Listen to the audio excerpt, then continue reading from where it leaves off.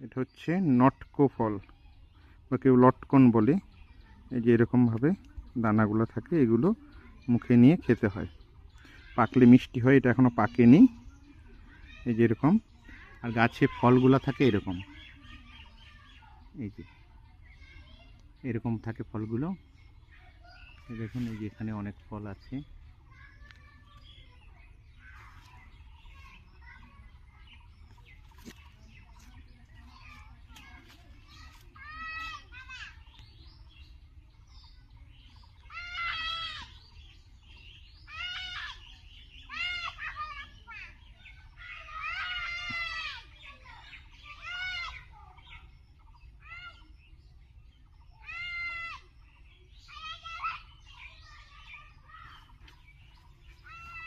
এই হচ্ছে গাছটা,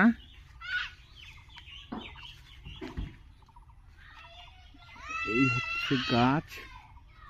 এই যেখানে আরো আছে।